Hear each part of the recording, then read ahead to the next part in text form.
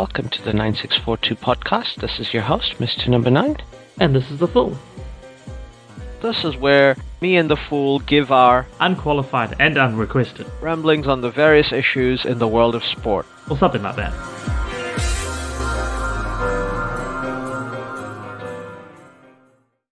Hello everyone. Today we are gonna, as we enter the Northern Hemisphere summer and the Southern Hemisphere winter, about to talk about our favorite summer game, cricket.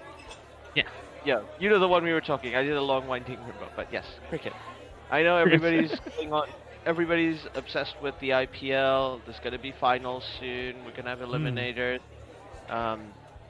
and stuff's going on in the T20 leagues. We're gonna have a World Cup this year for the ODI format, the old World Cup for the men's team. Also, the ODI for the women's World Cup predates the men's World Cup by 2 years. Yeah. So that is the oldest World Cup. Mm-hmm. That's still going on because we did have a World Test Championship in 1913. All right. Between South Africa, Australia, and England, which was in England, and it had a lot of rained-out games, so not much happened. And they decided it's a terrible idea, we're never doing it again, which I think is a bit true. But we're doing it again, and I think, what do you think about, this is now the second, as a concept, ICC World Test Championship, you and I have been screaming out for it for years. Yes. Not perfect, we don't like changes to the, we could have a whole podcast about what changes we'd make to this championship. But how do you like it, the way it is? I think it's going okay. I think the change to the scoring is sort of, it may have helped. I think going to the percent wins, I think that sort of helped along a little bit, sort of make things a bit even and worked out around, things not being played out on the rest, but there's still more to be done potentially. But yeah, it still kept me somewhat interested. I mean, New Zealand sort of Black Caps were pretty average to start with, so that didn't really trigger as much as much interest because a bit patriotic and all the rest, and New Zealand team nicely. Ironically, bottom. Just to say that, like, bottom of the table, Bangladesh. Their only win was away from home at New Zealand. Back at the beginning of the year. It was a deserved win too. New Zealand actually played quite well, and Bangladesh outplayed them in that game. Definitely. Yeah, no, that was a really good game by Bangladesh. They say it wasn't like New Zealand played poorly or anything. Bangladesh just had a plan and it worked, and they could execute it so well. I think New Zealand is. We can review New Zealand's thing, but I think going forward, New Zealand underestimated the value of spin bowling in New Zealand. Because I think both Bangladesh and South Africa got wins in New Zealand with their spin bowling. Yeah. Which I think fine if Bangladesh does it, but South Africa should never be in that position where they read a local pitch better, and they used I think as a rule, New Zealand spin produces better spin bowlers than South Africa traditionally. Yes. Now that's very much changing in South Africa because the pitches are getting hotter and drier, and they're almost going back to their roots. Like, one could argue the spiritual home of leg spin is South Africa. That's where they won. The googly got mastered, and they won their first Test series against England 4-1 with a squad of 4 leg spin bowlers who all bowled googlies. Oh, nice. That's an Aubrey Faulkner, legendary South African all-rounder, who's still the only player to have a career batting average above 50 and a career bowling average under 25. So, incredible player. But if you are really, really good at bowling googlies and nobody knows what a googly is, you'll have a really good bowling average, I'm sure. Something Jared, Kimber, and I have been talking about, but we'll not name drop much further. But yes, New Zealand, defending champions of coming sixth. Obviously, a disappointing campaign. 4 wins in this series. So obviously, they won the second Test match against um, Bangladesh, and they won the first Test match against South Africa. Mm. They got swept by England in England, and they managed to get a draw in India, but in the second game they lost by an innings. Yes. Was it by an innings? Yeah, it was Oh, by an. yeah. I think No, so. no, Yes. I don't think it was an innings. It was Oh, won by it 372 was, runs. So yes. big win. Yeah, a Um, big win. but Ajaz Patel did get 10 wickets, so that's a Yeah. highlight, I think. That And is a a highlight. draw in India is not easy to do. That was good batting, and I think especially doing it in Kanpur. So Yeah. it was a good performance. So Bangladesh didn't look too bad until they lost to New Zealand, then losing to Bangladesh. You could have kind of gone, okay, maybe this is like we'll somehow sneak an away win, but that was gonna be hard to come for New Yeah. Zealand. They lost all their games in England. Then they went to Pakistan, where both games were drawn, Yeah. and they Okay. went to, and then the Sri Lankan team came and they won both games.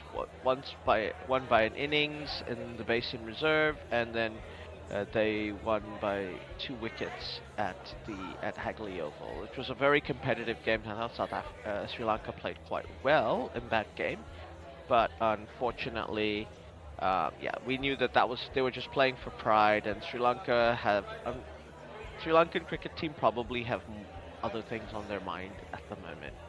It's a bit unfortunate for the people from that country. Um, but yeah, if anyone's been following in the news, obviously things have not been going well there in the last couple of years. Um, but yeah, so I think though overall Australia India getting to the finals, that's a fair result. I Yeah. think Yeah. No. South Africa finishing third, also a fair result. I think Yeah. they were the third most dominant team, I think, and they were very close to almost getting through. I think that was also fair. England coming back to come forward, like that is a comeback because English cricket almost looked dead and buried in the last, in between the Test World Championships, like especially after the Ashes. Yeah. But when in doubt, you talk to Brendan McCullum. Exactly. And I just love that combination, Brendan McCullum and Ben Stokes, just two sons of the mainland, coming back to the mother country and showing them how it's meant to be done. Yeah. You know? Like, no, you guys got it wrong. This is the right way. Obviously, like Ben Stokes is Maori, so the UK is not his mother country, but you know what I'm saying. I know what you're sort of saying. No, I think But yeah. One of the good things the last this bit of the championship has been baseball. I think the English team have just shown. have Yeah. played a very entertaining style, and even like the test matches they played against New Zealand, which were not part of the World Test Championships, like losing by 1 run, how incredible was that That was match? incredible. Like that was one That of was the crazy. incredible games, and like that was one of the other highlights of this cycle for New Zealand, even though that wasn't a points game, quote unquote. Mm. And like just being able to watch that sort of game in New Zealand, like because there's almost no point going for the draw now if you're playing in a non-points game. What are you doing? Yeah. What was the point? Literally, like no pun intended, but yes.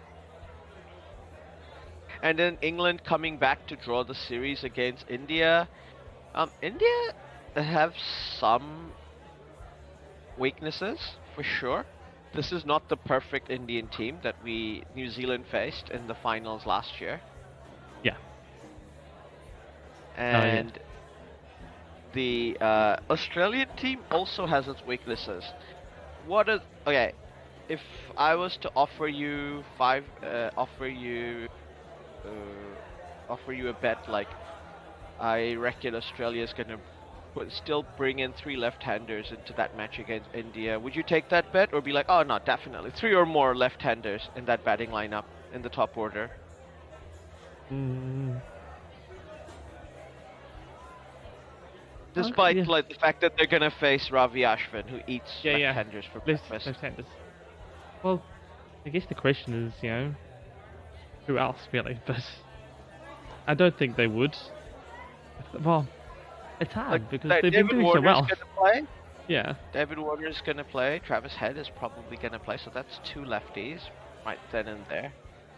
And you've got Steve Smith. Yeah. That's just 3. Yeah, that's mean. It's like. Okay, Smith, fine. He's a gun. Absolutely incredible player. Nobody's. I think we could all agree on that.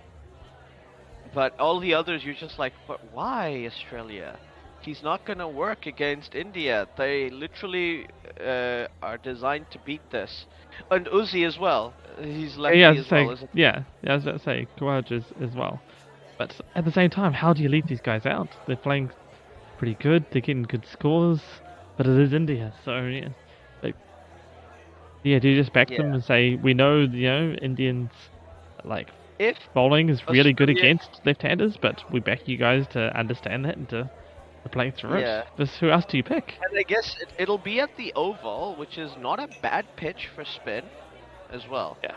Like either the Oval or the Lords is a not bad pitch for spin, so it's not like they're necessarily having like a giant advantage going into England. It'll be played in mid-June. That's possibly the only thing. Like it might not turn as much because it's earlier in the summer. It might be cooler.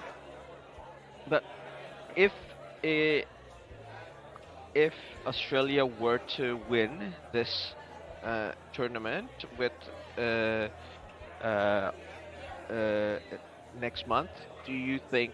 Because I think Usman Khawaja, second highest run scorer in the tournament after 16 matches, 1,608 runs in 16 matches. That's good value in anyone's book, I think. That's very good.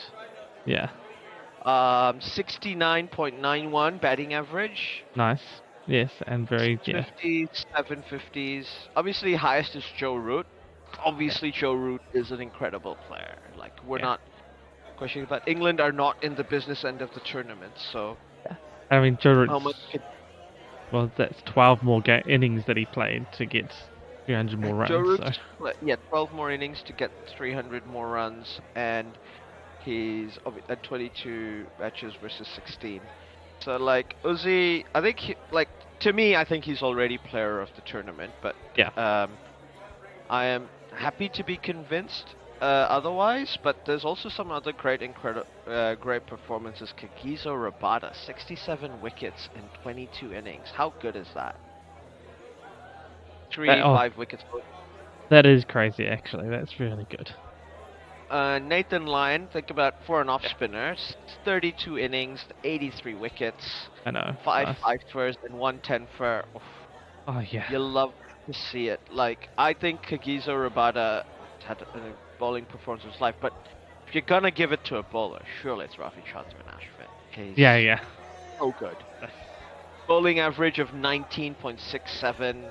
Exactly. 26 innings, and getting 61 wickets. Obviously, he's an off-spinner. He gets a lot of wickets in India, but he's getting wickets away from home too, so. Yeah, I think that's the big thing there, right? He's performing not just in Indian conditions, he's performing all round. So yeah, it's just... And seems to be a spearhead of that, a key point of that Indian attack, so... Yeah, it's phenomenal. It's actually going to be interesting, because you got 2 of those obviously in the final there, and just seeing how both those attacks how they do against each other. How they do against each other, how they do against the bowlers, and playing in England, So it'll be make for interesting viewing. And on another highlight for New Zealanders, highest score of the tournament is 252 by Tom Latham, New Zealand captain. Oh, yes. Kane Williamson got 2 double centuries, 215 and a 200 not out. Henry Nicholls got a double century as well. So yeah, 4 double centuries from New Zealanders in this cycle. So, but I think that's the most of any country. And obviously, best bowling figures of the tournament go to Ijaz Patel, 110 for 119. No questions about that. Also, best match figures, 14 for 225. Nobody was going to beat that, so well done, Ijaz, or Ajaz Patel. I don't know how he prefers to be called. Matt Henry getting the 4th best bowling figures of the tournament against South Africa, where he got his 7 for. That was a great performance from him. 7 for 23, very good. Oh, that's very good. Yeah. Overs. So he's done very well. And looking at the batting averages, the highest batting average is Kane Williamson, but obviously only 752 runs. He was injured for a long part of the season. Not considering him for a player of the tournament. Second highest is Saud Shakil, who's just come into the team, the new prodigy of the Pakistan team. 580 runs, only 5 games, 10 innings, 580 runs. Great return. 72.5 batting average, and Usman Kharja, as we mentioned, just under 70, 69.91. Just incredible performance. Incredible, yeah. And best bowling average is Scott Boland, who played in the Ashes, made his debut this tournament. Rookie of the tournament? Yeah, because he's we're gonna do it. tournament. We're gonna think best new player, like Saud Shakil is up there, like 500 runs, 580 runs, nothing to sneer at. But no, that's pretty good. Scott Boland getting 28 wickets in 7 matches, 13.42 bowling average. Oof. We got to give something to a bowler, right? Like surely rookie of the tournament goes to him. Definitely. Like that's crazy as you say, just come in and just made such an impact.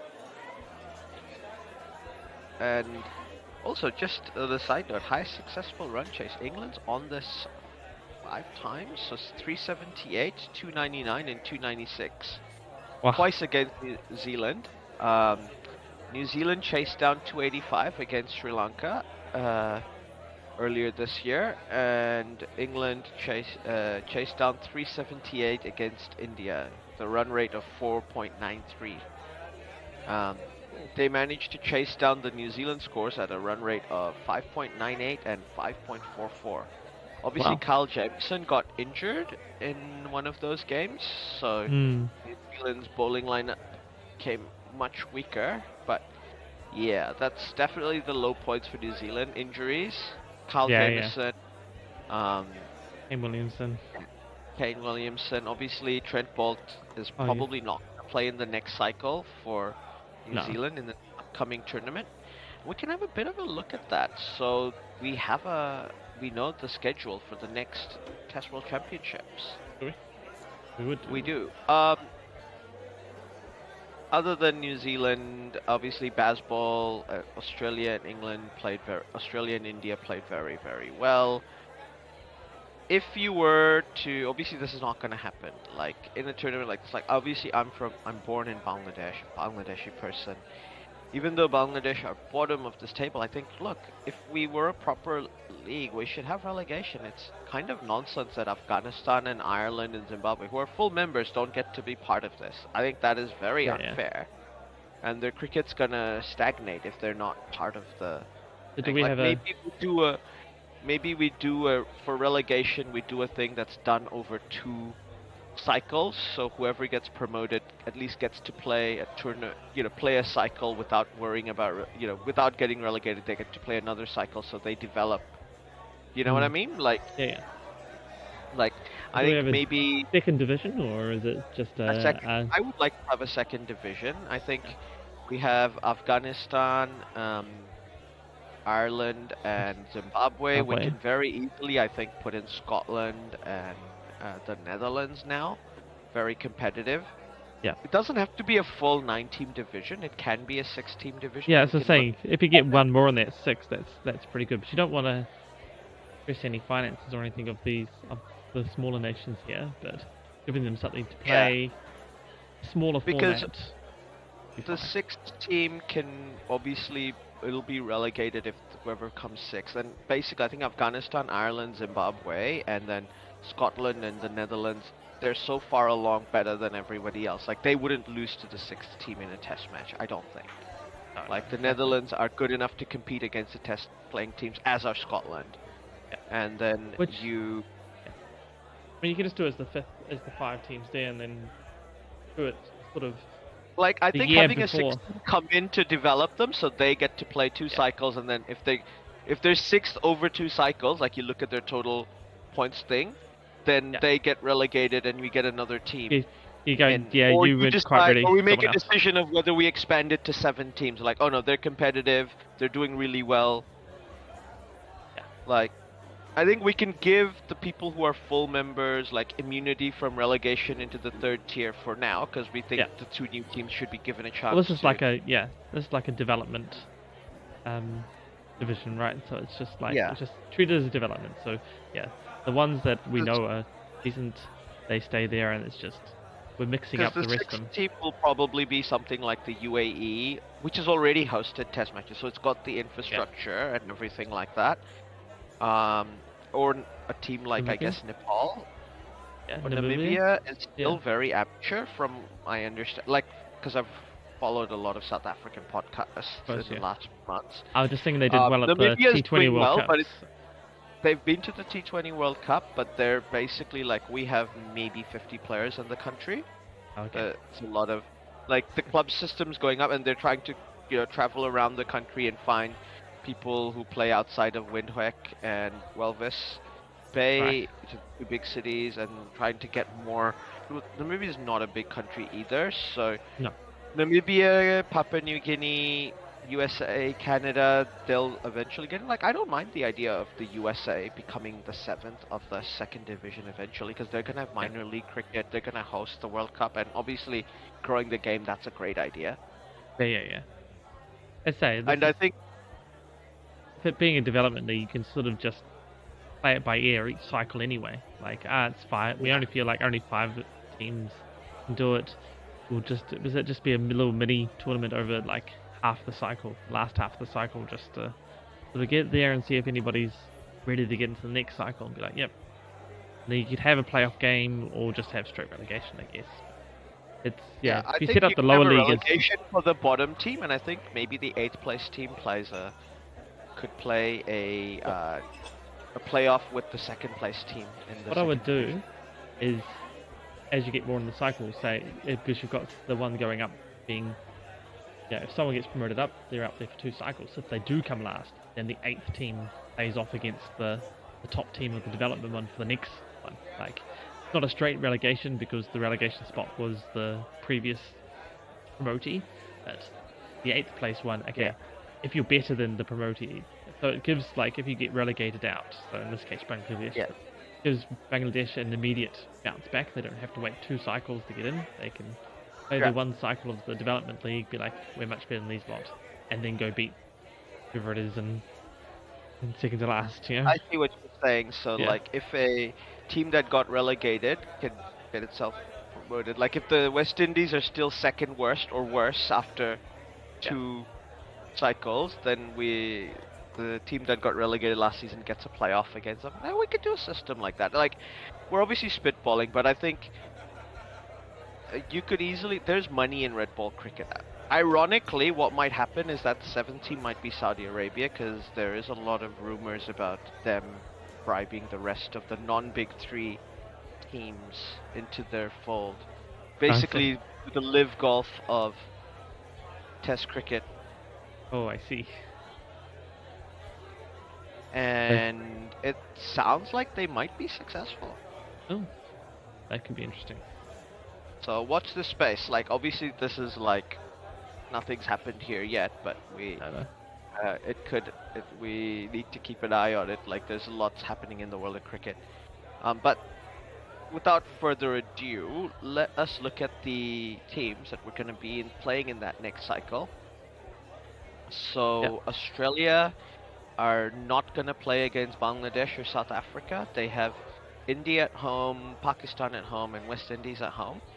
And they have England away. Obviously, the tournament opens with the Ashes in England. They play. Come here to New Zealand. They come to New Zealand, and they go to Sri Lanka. Yeah. Like, that tournament against New Zealand's going to be a very big marker on how New Zealand cricket are adapting post. They're in a rebuilding phase. It's going to be February 2024, so next year, and March 2024. All right, yeah. So the Trans-Tasman Trophy. We'll see how those games play out, but New Zealand can win those games. Yeah. It'll be like a big it'll be the comeback for going into the tournament. Bangladesh do not play Australia and England, as we mentioned. They're not playing Australia. They play New Zealand at home, South Africa at home, and Sri Lanka at home. Winnable. Very winnable. Yes, I think. And away from home, India. Okay, they're gonna lose that. Pakistan probably lose that or draw that, because could draw that. Just where everybody draws. Yeah. And 2 in the West Indies. That's a plus. Yeah. Game potentially an away win series. We don't know. England, we have 5. Obviously, they're hosting the Ashes. 5 matches: 2 versus Sri Lanka at home, and 3 versus the West Indies. Yeah. At home, and then they're playing. And look, they lost to the West Indies at home in the last cycle as well. Oh, they did too. Yes. The West Indies have been competitive against big 3 teams. The West Indies being the West Indies. Yes. England. They also play India away from home. They play New Zealand away from in New Zealand, and they play Pakistan in Pakistan. So baseball will work in Pakistan, I think. In India, we shall see what sort of pitches we get. Especially over 5 matches. They have no choice but to play baseball, because regular English cricket doesn't work in India. Yeah. So you might as well try. As well do baseball. Yeah, exactly. It'll be interesting what happens in New Zealand, because that was a very close series. Yes. It's going to be interesting in New Zealand. That's going to be, very interesting. And they're not going to Bangladesh or South Africa. And South Africa was a place where baseball didn't work, because they have very good bowling pitches. So, also, like, England, I'm not worried, quote unquote, about their batting, but what sort of bowling lineups are they bringing? Like, Jimmy Anderson and Chris Broad's surely not going to be there at the end of this tournament, 2025. You wouldn't think, no. They've been around for a very long time. But yeah, it's possible. Like, look, I would put nothing past the GOAT, Jimmy Anderson, but we'll see. Next, we've got India. Obviously playing 2-match series against Bangladesh at home. Should win that. 5-match series against England. That could be close. I can't see anyone sweeping that series. No. 3 versus New Zealand at home. Once again, New Zealand did not do the best in India. So, look, New Zealand managed to scam a draw. I think New Zealand will be happy to scam a draw or 2 in a 3-match series against India. So it's nice that we got upgraded to a 3-match series as opposed to the 2-match series. So. Apparently, we begged them to only have a 2-match series. India wanted a 3-match series. Oh, right. Oh, I see. Oh. That's interesting. New Zealand always begs, and India's always like, yeah, we'll play 3-match series here in New Zealand, also at home there. We're happy to play you guys. We love playing you. We're like, no, we lose so much money if we have 3-match series. No, I understand that in New Zealand. I just thought in India, that's not as big an issue. India, I think also potentially was because there was a T20 World Cup coming up, and it was going to clash the IPL. Right, yeah, and they needed probably wanted more time playing T20. It was a bit of a crowded schedule cycle. I don't blame that. Like India generally is happy to have 3-match series against New Zealand. Yeah. Because test matches make money in India, so they're happy to play more. They're playing 5 against Australia in Australia. And look, I'm gonna say this now. India are gonna beat Australia in Australia again, because that's what they do, right? Yeah, and it's always funny. And it is always funny. They might lose the first game, and Aussies will be like, oh yeah, Aussie, Aussie, Aussie, oi, oi, oi. And then, at the end they'll be like, oh yeah, we lost at the Gabba again. Yeah. They've got 2 matches against South Africa. South Africa, that'll be close. Other than Sri Lanka, no subcontinental team has won a series in South Africa. So South Africa should be quite spoiler alert, South Africa should be quite happy about their home games they're playing. And they play West Indies at West Indies, and West Indies can beat any team at home, I reckon. West Indies are one of those teams that shouldn't be afraid of anyone, but also, they're not good. But the thing is, they give themselves chances because they're good bowling pitches. They develop green tops and make really good bowling pitches. You're giving yourself a chance against the good teams when you do that. Yeah, exactly. New Zealand does not do that. They make good batting pitches at home, which is why that game against England will be interesting. 3-match series against England, 2-match series against Australia. Let me say it now, we're going to sweep the Aussies. 2-0. Yeah, let's do it. 2-0, fuck off. Yeah, get back home. Send your B-side next time. 3 games against England. Look, I can never underestimate Brendan McCullum, so maybe that'll be a drawn series. 2 versus South Africa. Come on, we have to try and beat them this time. They scammed a win with spin.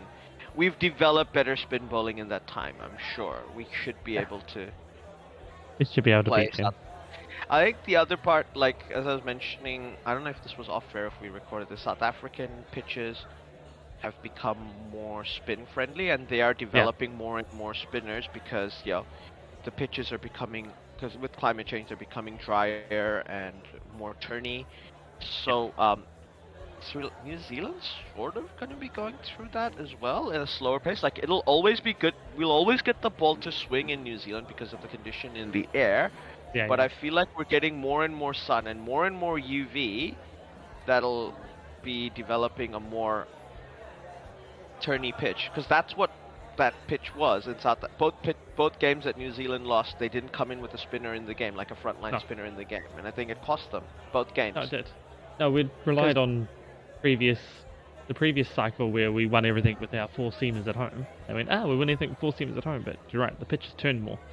And I think if the pitch is very good for batting, you need a spin bowler who can bowl efficient overs to take pressure off your other batters, so that then put other bowler on the other side so they can take on a big workload. And Neil Wagner's not going to be around forever.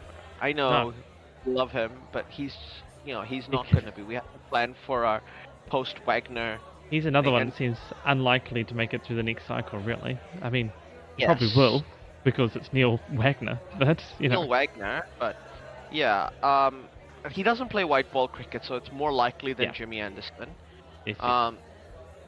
But Trent Boult is, I don't know how many test matches he'll play. We'll see. He might play a lot of home ones. Technically none, I think, or have they changed their status on him? He said he's gonna play at the World Cup. Oh, okay. So we'll see. But that might be a swan song, and after that it might be a proper international retirement. And he's done his dues. He's played. He's a long service. I am not begrudging him earning his money and he can do exactly. Bolty has done plenty for New Zealand. Where he's allowed to I'm going to take it easy and earn some good money in the last few years that I've got actually playing the game. I will not begrudge him any choice he makes. Lefties, though. They used to grow on trees in New Zealand, like lefty bowlers. Yeah. And we seem to be lacking them at the moment, which is the problem. Yeah. Would be Tim Southee needs another bowler. Kyle Jamieson, if he comes back fully fit, obviously will be a great first change, I think. then we need a good. I think we have a good spinner. I think we need to give Ajaz Patel an opportunity in New He just needs to Zealand play at home. to Just play show him more. that he can do. And then we've got Ish Sodhi as well. And Michael Bracewell is a sort of all-rounder type, and Mitchell Santner for that matter. Yeah. But like we have to give them opportunities, and then we need to find a good left arm pacer. Yeah. This is the thing. But yeah, Matt Henry, Duffy, they're all fine. It's just that the attack looks a bit samey. Other than Carl Jameson, like in the pace bowling side of things. Yeah. I know what you mean. But yeah, Matt Henry, I think, is very able to step in. No, he's very samey to everything else, but he's a very good bowler, so he's been unfortunately behind Trent and Southey the whole time. So the away series for New Zealand, we've got 2 in Bangladesh, but Bangladesh took 1 off us, took 1 game here, so there's a revenge aspect to that one. But New Zealand has never lost a test match in Bangladesh. 3 against India, and like I said, I think New Zealand would be happy to take a draw in a couple of those games. Even a drawn series would be incredible. Definitely. And 2 in Sri Lanka. Look, we want to beat Sri Lanka. 2-0 if we can. We just beat them 2-0, wasn't it? So I would hope we could turn that around, do the same thing again next cycle. If we can win a series in Bangladesh, win a series in Sri Lanka, and beat the Aussies at home and beat the South Africans at home, that should be enough to get you to the finals, I think. We're pretty close, to say. It will come down to those. Especially if we get a drawn series in the other ones. Yeah, that's what I'm saying. It will come down to how we formed against England at home and India away. As long as we don't bottle either of those ones, then that should be. I think we're pretty well lined up this time. Yeah. Well, Pakistan are playing 2 against Bangladesh, 3 against England, and 2 against the West Indies. I can see England beating Pakistan. I think you could even Bangladesh and the West Indies might draw those series, but Bangladesh has lost to Pakistan. They're poor at touring there, so that could be, and they lost to Pakistan at home, so that's not a good sign. No. They're touring Australia, which is I think a loss, unless their bowling lineup really improves. They discover a gun off spinner to take out the lefties. Like, a gun off spinner is the way you win in Australia. Like, that's just how it is. 2 versus Pakistan versus South Africa. Like I said, no Asian team has won a series in South Africa. Yeah. And 2 against Sri Lanka. It's unfortunate for Sri Lanka, but yeah, I think Pakistan are gonna beat them. They're further along at the moment. Like, Pakistan have a good team. Like, Babar Azam's incredible. Mohammad Rizwan's incredible. They've got a great batting lineup. Doesn't matter that they're slow at Test cricket. So exactly. If their bowling lineup doesn't get injured, they're very, very good side, in my opinion. Then we've got South Africa, and as I said, as I slightly spoiled ahead, they've got the 3 Asian teams visiting them: India, Pakistan, Sri Lanka. Yeah. If South Africa can win those 3 series at home, like, they shouldn't be afraid of touring Bangladesh. Shouldn't be afraid of touring New Zealand. The West Indies, the West Indies occasionally are a banana peel team to South Africa, so yeah. We'll see, but South Africa, to me, once again, they look like a team that should be there at the business end of the tournament to be one of those teams that are gonna potentially make it the final. Yeah, no, exactly. I think this is a very good they're not playing for them. Australia and England, so 2 good teams that I think they don't have to play. Like, Australia always beat them. Yeah. And England, they have a more even record with. But you get India at home, as you say, having the record of, subcontinental teams not beating that record. And India lost that series in South Africa, so no reason why South Africa can't do it again. Exactly. Next up, you've got Sri Lanka they host both Australia and New Zealand at home and Pakistan. And they away from home they go to Bangladesh, go to England, and go to South Africa.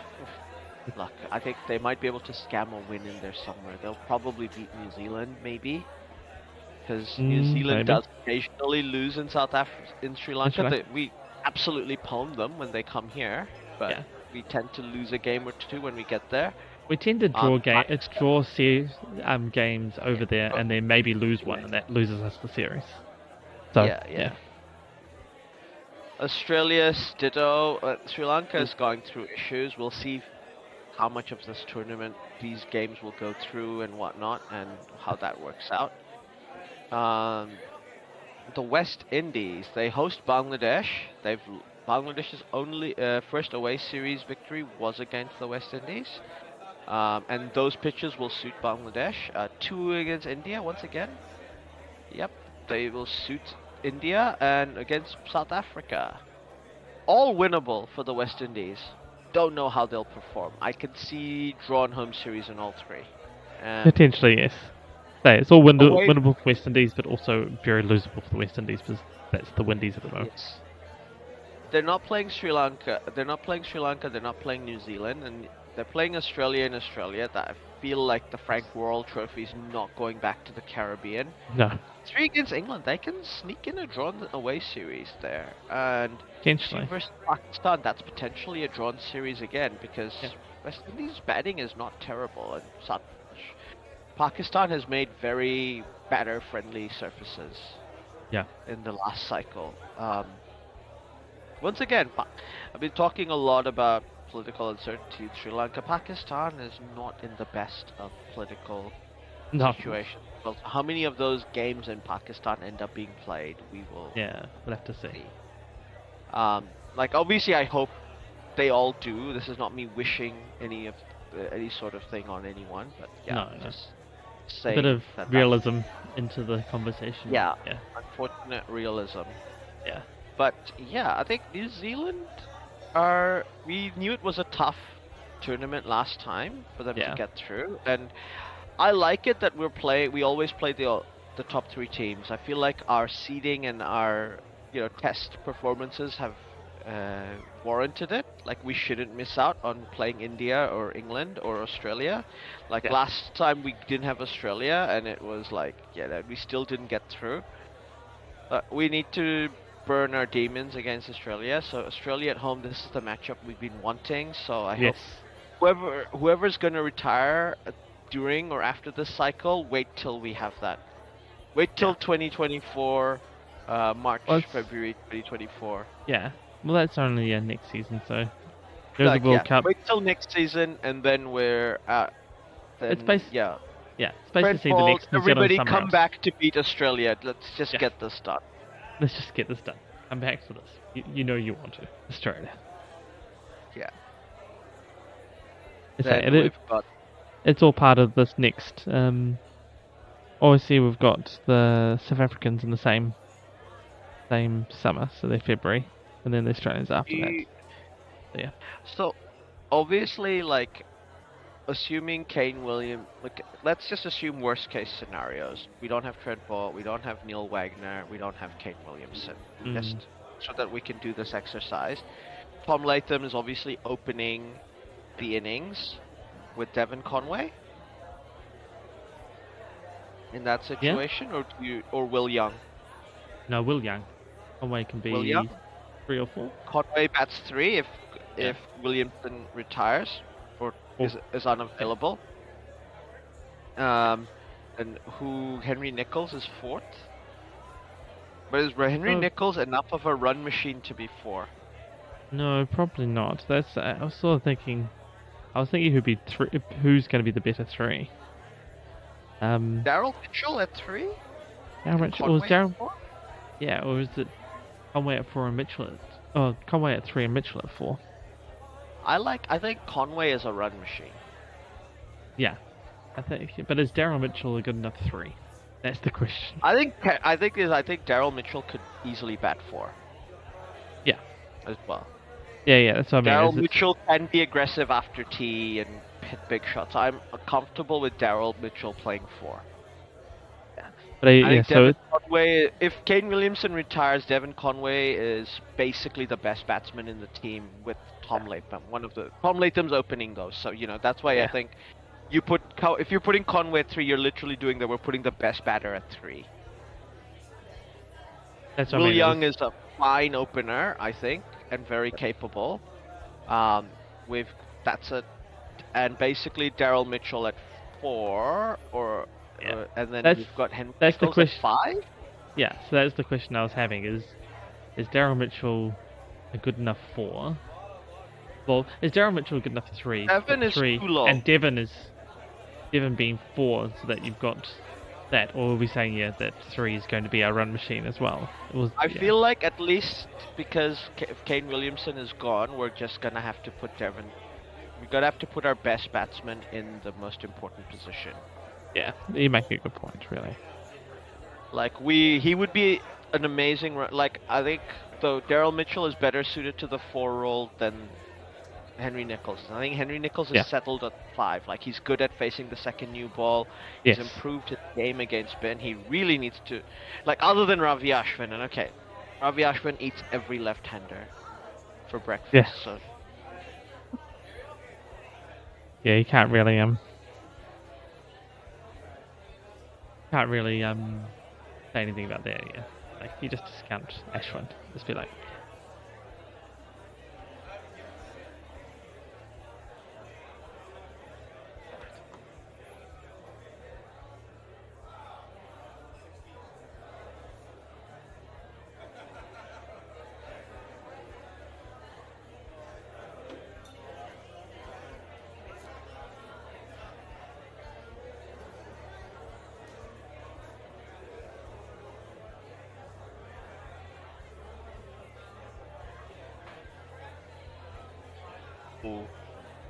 Hello. Hello. Do we want to check how much of that was recorded? It's technically still recording. So I got up to. Okay, I did put in a cut, so we can potentially cut in there and come back if need be. Yeah, we can. So yeah, do you want to start from?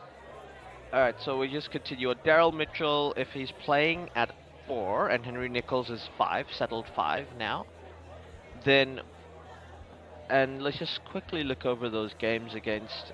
So Daryl Mitchell, so Henry Nichols batted 4 in the games against Sri Lanka. All right.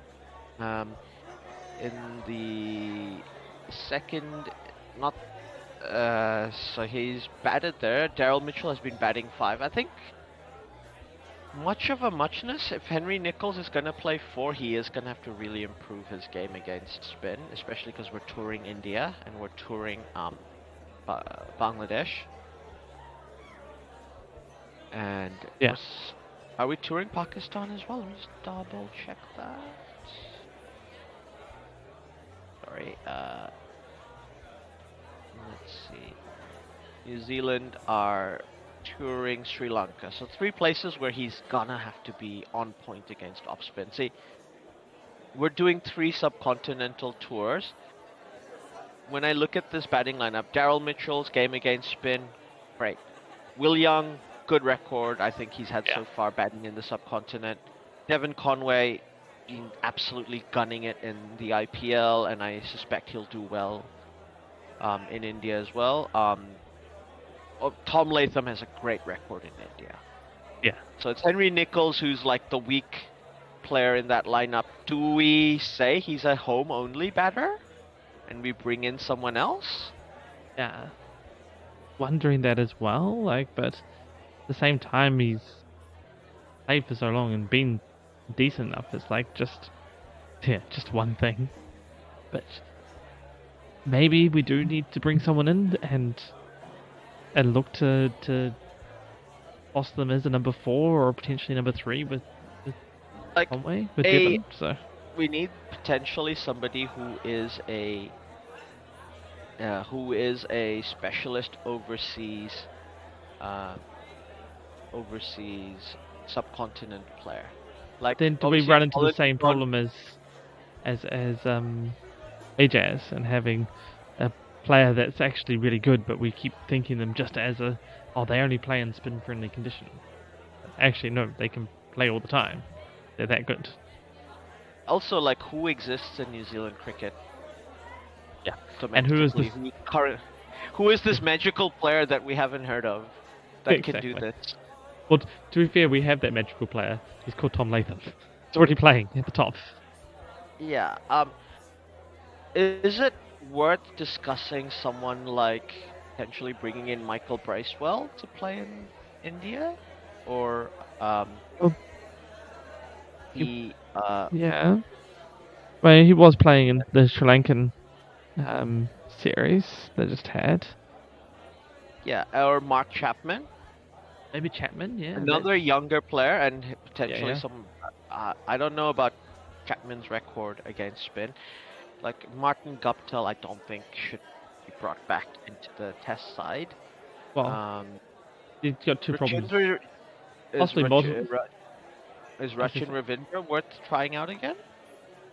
Potentially, I think Chapman over Ravindra.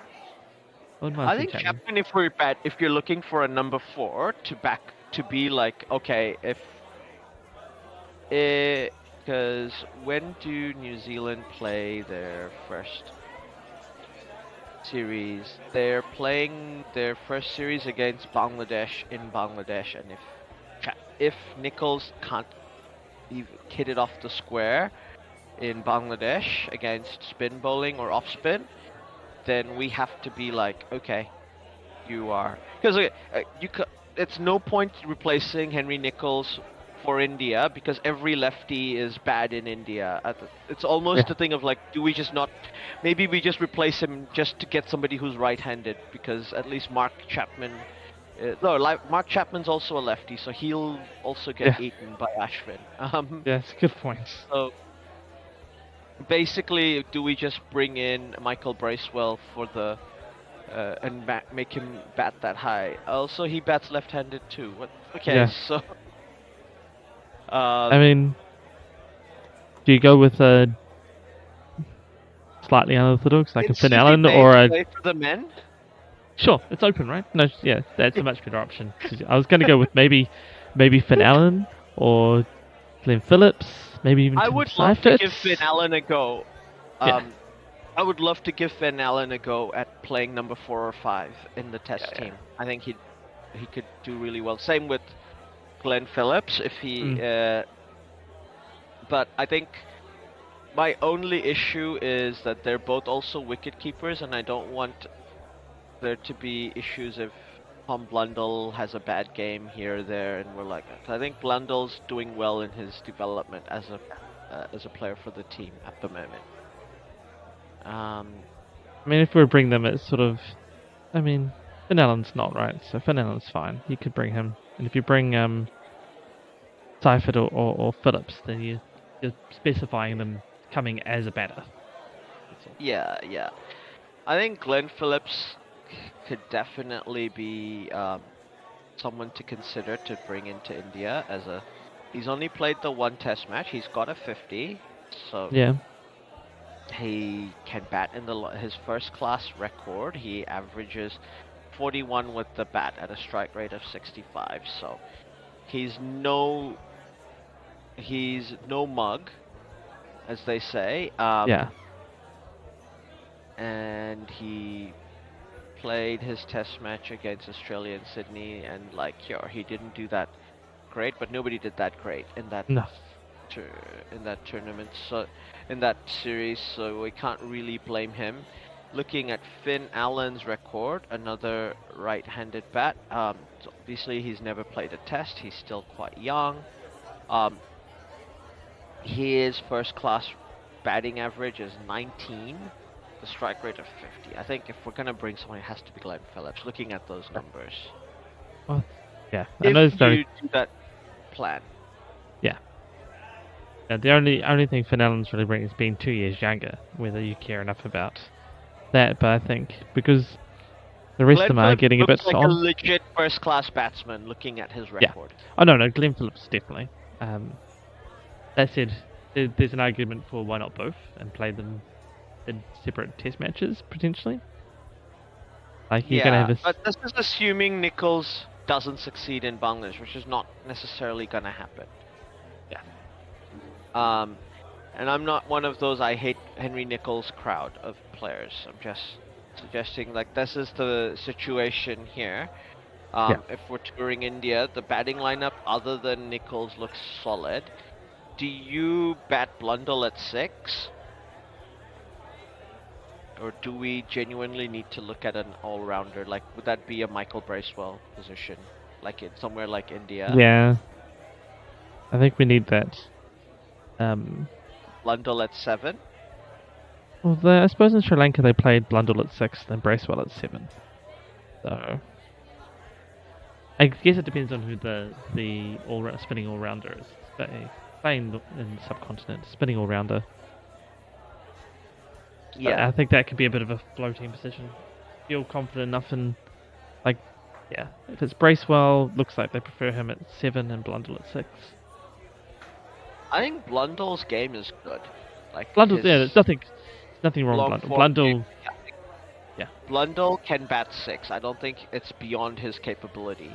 Oh, easily. I think Blundell could probably even bat 5. Really, the issue you're really getting is how much time do you want him to allow him to rest and recover from wicket keeping for an innings in between. You know, that's more the question of where he bats. To me, it's not like.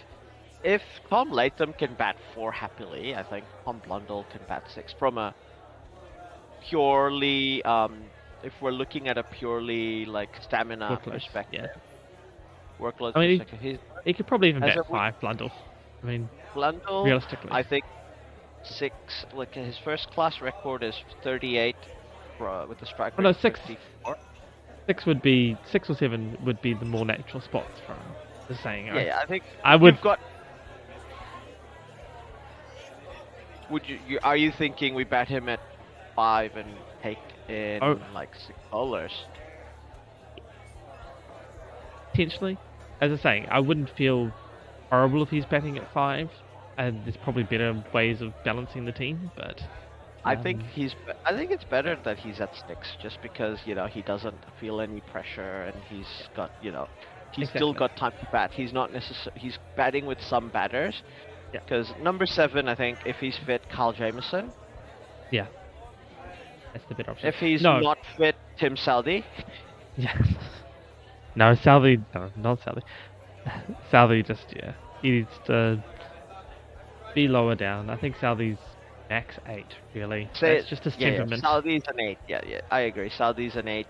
I think Duffy and Henry will be the others. Henry will be the others. So and Ajaz Patel, if you're bringing a spinner. I think we've decided, you and I agree, they need to have a spinner in New Zealand. And if they don't have a spinner in New Zealand, then they need to bring in Michael Bracewell. And if you're bringing in Michael Bracewell, I'm okay with Michael Bracewell being a 6. I say, Bracewell and Blundell 6, 7, whatever order, don't care. What they feel happy with. I'd still, even in New Zealand, I'd still feel happier if it was a more specialist spinner than Bracewell, and I'm not trying to sound bad about Bracewell. Blundell is a better first-class batter than Michael Bracewell. Well, I think that's why at the moment they're going 6, 7, like 6 for Blundell, 7 for Bracewell in that round. I feel that Bracewell perhaps that's probably the right way around, but there's nothing that says it couldn't be the other way around if they really felt the need. But I still feel like Ajaz needs to play in New Zealand.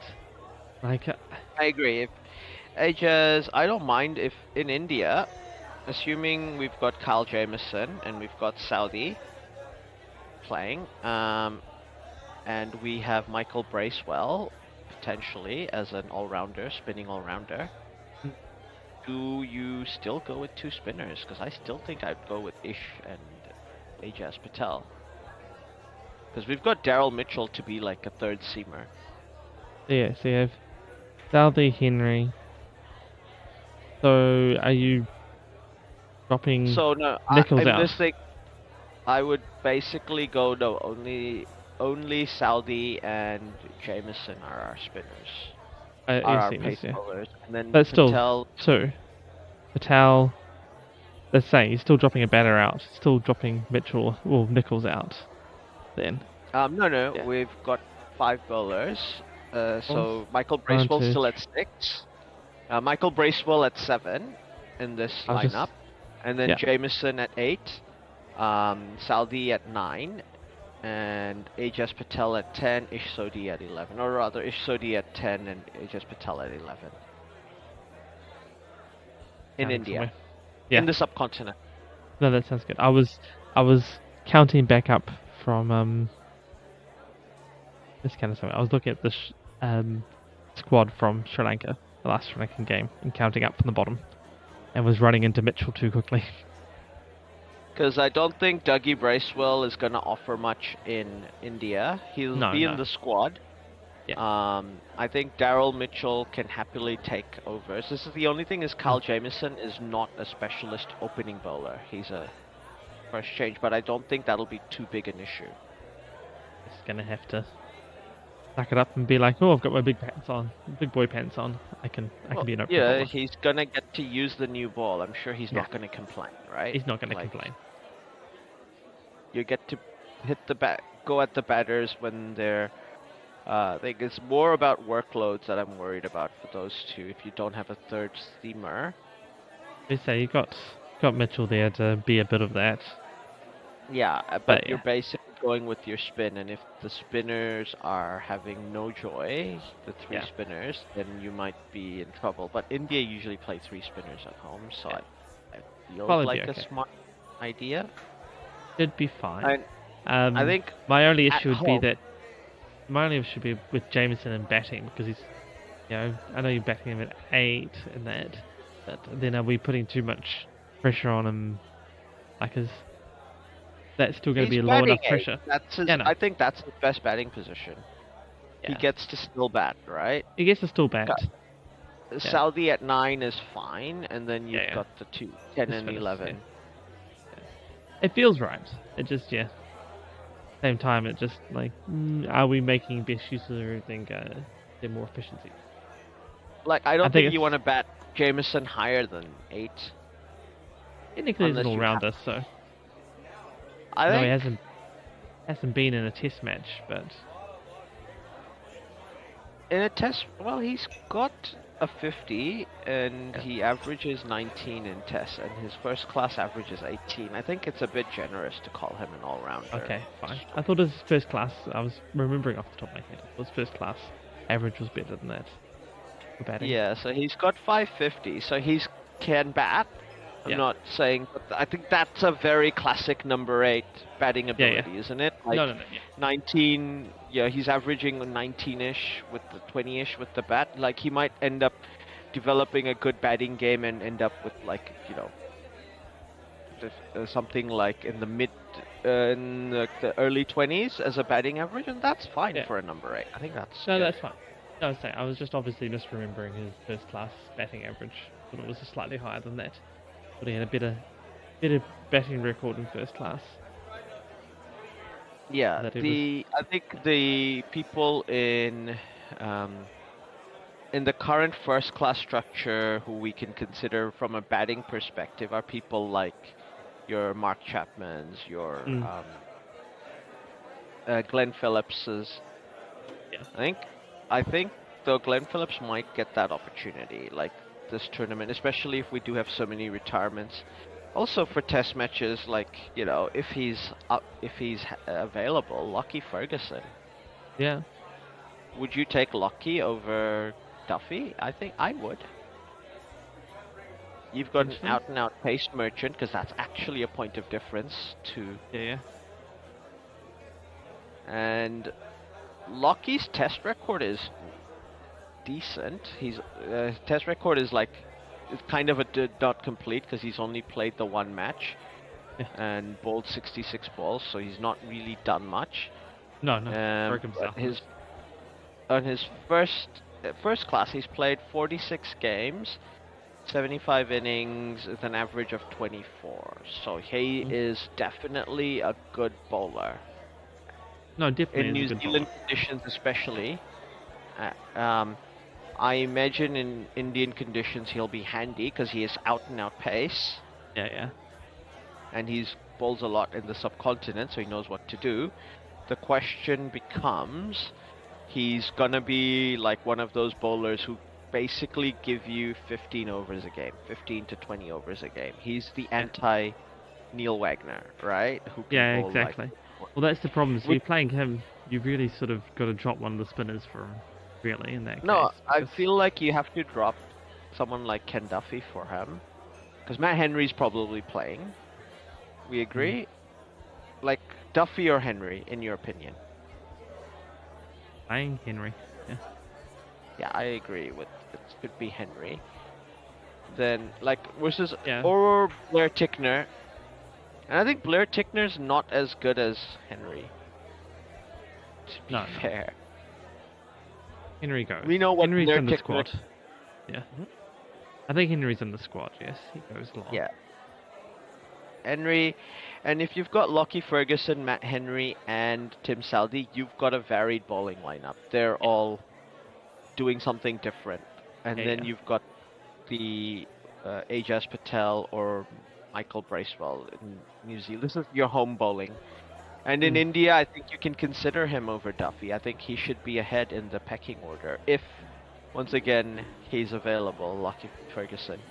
Yeah. There's that. No, so the only issue I was thinking in India with the extra spinners was just workloads of the bowlers more than anything. What I was sort of considering on the grounds that I think say Lockie won't be putting as many overs, so that just falls more on I others. think if you're bringing him in the right pitch, you're not doing it in all the games, right? It's a 3-match series. You're doing it in a game where you think he can make a difference. Because if you're playing Lockie Ferguson, he should be opening for you, and he should be opening with Tim Southee with the new ball, both ends of the innings. But he may only get like 2 spells of like 6-7 overs each, and then basically the your workhorses are your spinners, right? Yeah. No, because Tim Southee is can bowl a decent amount as well. Oh, he can bowl 10 or 12 over stretches. So yeah. I was just thinking that, just especially if your spinners aren't getting any. I know it's India, so this is unlikely, but we were talking earlier about well, do we take 3 spinners, and what happens if things aren't going the spinner's way? You don't really. Who's been the third seamer to take the workload? And if you have Lockie in there, that's even more so. Like, well, you've just taken more seam workload off. We've also got Kyle Jamieson, and now he's batting first change because we're basically taking out Michael Bracewell. Yeah. For me, we are dropping down the 2 spinners, so that's not so bad then. Yeah. So instead of our all-rounder, quote-unquote all-rounder in this lineup will become Kyle Jamieson batting at 7. I told you I was an all-rounder. Didn't believe me before. Yeah, I mean it's a weakened batting lineup. Yeah, it is weakened. Tim Southee is batting 8, but we're hoping that they make up for it with You get the extra pace there with Ferguson. Hopefully that sort of stuff. Yeah, and then you just got the 2 out-and-out spinners to do it without a all-rounder spinner. Yeah, unless you think we should have drop one of the mainline spinners for Michael Bracewell. To bat at 7, and I'm not sure you're getting enough extra batting to justify that. No, I don't think we are either. That was more my question originally when I did say we're dropping one of the spinners. I sort of meant, are we dropping Bracewell for Ferguson in this hypothetical situation? Yeah. This hypothetical in India, like as a consideration, not like it's potentially worth trying out for one of the games, and I don't think he will have the fitness to play all 3 test matches. It's probably worthwhile, maybe even in the first test, just to see how it goes, and then you can fall back to a more conservative one if it doesn't work out in the second one with Bracewell. And if it does work out, he'd probably be able to play him the second one, and then fall back to a conservative one for the third. Especially if they win the toss and bat first, right? You want to use aggression. Yeah, exactly.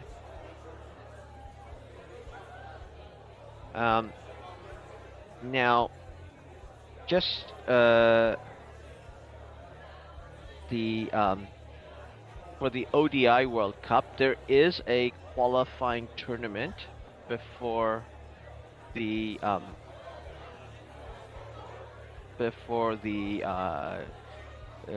tournament starts. It's going to be played in Zimbabwe, as most of these tournaments are.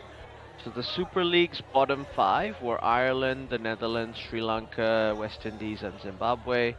The people who have qualified for this tournament are Nepal, Oman, Scotland, the UAE, and the United States. So, and the basically it's being divided into 2 groups. Group A has Nepal, the Netherlands, the United States, with the West Indies and Zimbabwe, and the second one's got Ireland, Oman, Scotland, Sri Lanka, and the UAE. Like, obviously we think it's gonna be, the favorites are gonna be the West Indies and Sri Lanka to qualify for this as the 2 full members. But I think Zimbabwe at home are gonna trouble teams. Yeah, I think they could make it through. And there's a potential there for Ireland as well. I think Ireland and Scotland are not easy to beat. Sri Lanka, I think it's very tough for me to say this. I just think that Sri Lankan cricket, if they don't qualify for the World Cup, I think it's something that could give a shock to the system and, like, change things in their cricket structure, like all these mistakes they've been doing. I feel like the West Indies are not that bad at the moment, and they're gonna host the next T20 World Cup, so I kind of want them to be at this World Cup. Like, I wouldn't mind if it was the West Indies and Zimbabwe coming through. They go to a Super 6, right? So it can be... Yeah. So, even maybe Ireland then? Yeah. West Indies and Ireland? West Indies, Zimbabwe? Yeah, I can see these coming. Say, maybe Sri Lanka I can see coming. Yeah. I mean, we'll find out. 9th July is going to be when that team comes up. And then that'll be the final 2 teams at the Cricket World Cup. And then at the tournament, this tournament obviously is going to be in India. No group stages, everybody plays everybody. Afghanistan, Australia, Bangladesh, and England are already there, along with India, New Zealand, Pakistan, and South Africa. Yeah, and the tournament will be played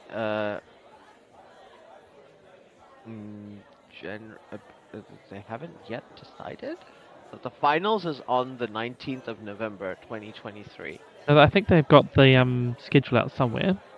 So it's from the 5th of October 2023 through to the 19th of October. I think the first game is actually New Zealand-England, which is a repeat of the previous final. Oh. Well, at least that's what people at work were reporting. I'm not sure if that's... That would be pretty cool, I think, having the previous World Cup. I will technically be in the States then. Nice. Oh. It's a group stage. What are the... Okay, I'm not finding the schedule anywhere. Maybe it's in the ICC official website. Why did I think the ICC would be competent? No, there is a schedule, but it's on an official website. That does have your first game on the... Is that... No, that's not it. I already have an ICC account. Fixtures released for ICC will... Ah, here we go, yeah. That's the things that... No, that's the qualifier.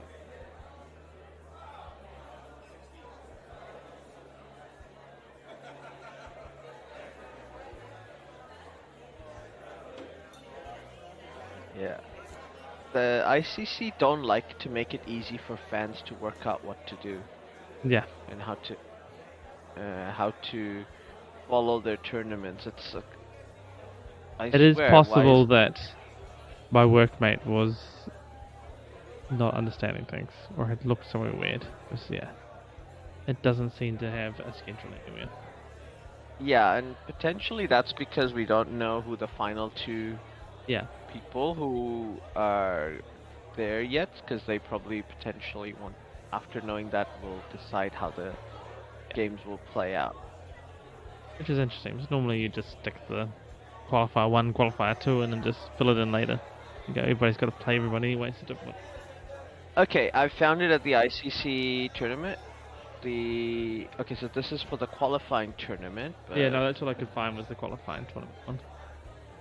There's nothing for the actual tournament in India. Okay, thank you. So I think it's not yet been decided. They're gonna have a draw. They're gonna probably have that schedule done later. But yeah, at this stage, we just know that the finals are gonna be in November of this year, and it's gonna start in early October. And yeah, potentially, I might not be in the country for the beginning, but I'll definitely be there for the end. And because obviously New Zealand will play someone in the finals, right? Like that's what's happening. That has been the trend for the last few World Cups. So yes, let's go with that. At the very least, we'll make the semis. If Pakistan boycott this World Cup, it's gonna make it very interesting. Yeah, because India didn't want to go play the Asia Cup in Pakistan. Yes, of course. Right, yes, I remember. That would make sense. See how they go. Yeah. We'll see how that goes. But yeah, we'll know more. We'll talk more as the finals come and as the next test World Championship cycles go through. And obviously, once the ODI World Cup qualifiers start, and we'll know more then, and we'll follow it closely. And but for now, I think that's all we have time for. Yep. Thank you very much for listening, and look forward to hearing from you next time. Catch you next time.